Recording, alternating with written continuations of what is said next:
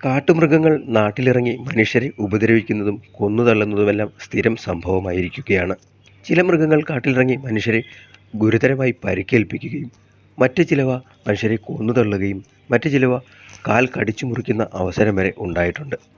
എന്നാൽ നാട്ടിലിറങ്ങുന്ന മൃഗങ്ങളെക്കാൾ ഉപരി കാട്ടിൽ ഗുരുതരമായ അക്രമകാരികളായ കാട്ടിലെ ഏറ്റവും ഭീകരജീവിയായി കഴിയുന്ന ഒരു വർഗമുണ്ട്. കാട്ടിലെ ഏറ്റവും അപകടകാരികൾ ആരെന്ന് ചോദിച്ചാൽ ഒരേ ഒരു ഉത്തരം മാത്രമേ ഉള്ളൂ.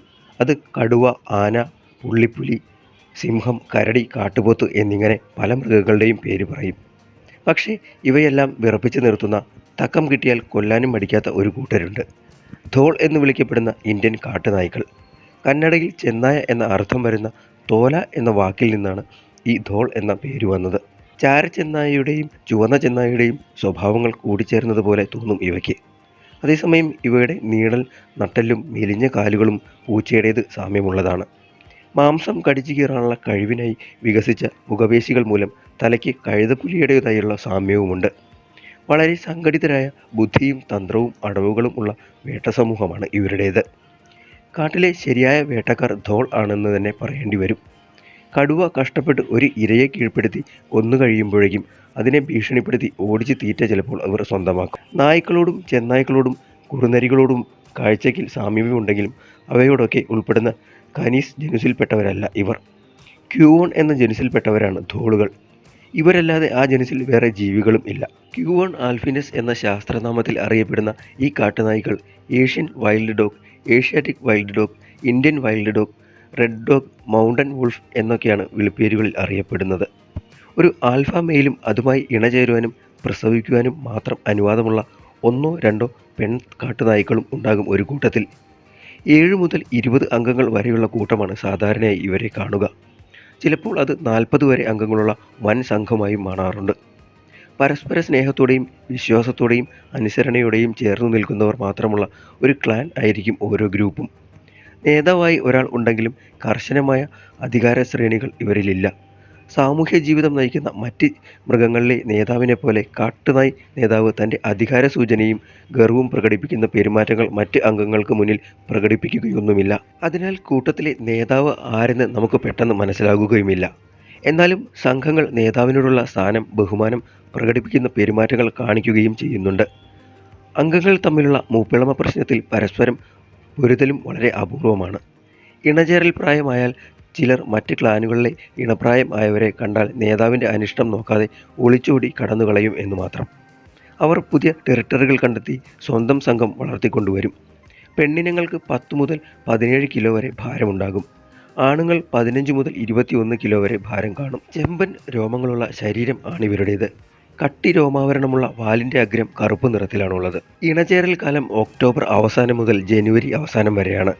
മറ്റ് നായവർഗ്ഗങ്ങളെപ്പോലെ ഇണചേരലിനിടയിൽ ലിംഗം കുരുക്കി കിടക്കുന്ന ഏർപ്പാടൊന്നും ഇവർക്കില്ല. പൂച്ചകൾ ഇണചേരും പോലെയാണ് കാട്ടുനായ്ക്കളുടെ ഇണചേരൽ. ഗർഭകാലം 60 മുതൽ 63 ദിവസം വരെയാണ്. ഒരു പ്രസവത്തിൽ ശരാശരി 5-6 കുട്ടികളെങ്കിലും ഉണ്ടാവും. ഏറ്റവും കൂടുതൽ മുലകളുള്ള സസ്തനിയാണവർ. 16 മുലകളാണ് ഇവർക്ക് ഉണ്ടാവുക. പാറകളുടെ അടിയിലെ വിടവുകളിൽ, മണ്ണിനടിയിലെ വലിയ മാണങ്ങൾ ഒക്കെയാണ് ഇവർ കൂടുകൾ ഉണ്ടാക്കിയിരിക്കുന്നത്. ഒരേ സമയം ഒറ്റ മടയിൽ തന്നെ 2 പെൺപട്ടികൾ പ്രസവിച്ചു കിടക്കുന്നത് പോലും ഇവർക്ക് ഉണ്ട്. 2 മാസത്തോളം അമ്മ കുഞ്ഞുങ്ങളെ മുലയൂട്ടുന്നുണ്ട്. ഈ കാലം അത്രയും തീറ്റ എത്തിച്ചു നൽകുന്നത് സംഘാംഗങ്ങളുടെ പണിയാണ്. എല്ലാവരും കൂടിയാണ് ഇവരെ ശുശ്രൂഷിക്കലും തീറ്റകളും കുഞ്ഞുങ്ങളെ സംരക്ഷിക്കലും ഒക്കെ. 1 or 2 ആൺനായ്ക്കൾ മറ്റുള്ളവർ വേട്ടയ്ക്ക് പോകുന്ന സമയം കൂടിന് കാവലായി നിൽക്കുകയും ചെയ്യും. കാവൽക്കാർക്കുള്ള ഭക്ഷണവും വേട്ടയാടാൻ പോയവർ തന്നെ കൊണ്ടുവരും. 6 മാസം പ്രായമായാൽ കുഞ്ഞുങ്ങളും വേട്ട പരിശീലനത്തിനായി സംഘത്തിനോടൊപ്പം കൂടും. 16 വർഷം വരെ ഇവർ സംരക്ഷണത്തിൽ ജീവിച്ച് കഴിയുന്നുണ്ട്. വന്യതയിൽ ഇവരുടെ ആയുസ് എത്രയാണെന്ന് ഇതുവരെ കണ്ടെത്താൻ കഴിഞ്ഞിട്ടില്ല. കല്ലിലോ മയിൽക്കുറ്റിയിലോ ഒരു കാൽ പൊക്കി മൂത്രം തൂവിപ്പോകൽ ഇവർക്കില്ല. സത്യത്തിൽ അത് ടെറിട്ടറികൾ അടയാളപ്പെടുത്തൽ കൂടിയാണ്. കാട്ടുനായ്ക്കളുടെ മൂത്രമൊഴിക്കൽ വളരെ രസകരമാണ്. ആൺനായ്ക്കൾ പലപ്പോഴും പിറകിലെ 2 കാലുകളും ഉയർത്തിപ്പിടിച്ച് കൈകുത്തി നിന്നാണ് മൂത്രമൊഴിക്കുക. ജിംനാസ്റ്റിക് താരങ്ങൾ കൈകുത്തി ബാറിൽ ഉയർന്നു നിൽക്കും പോലെ തോന്നിക്കും അത്.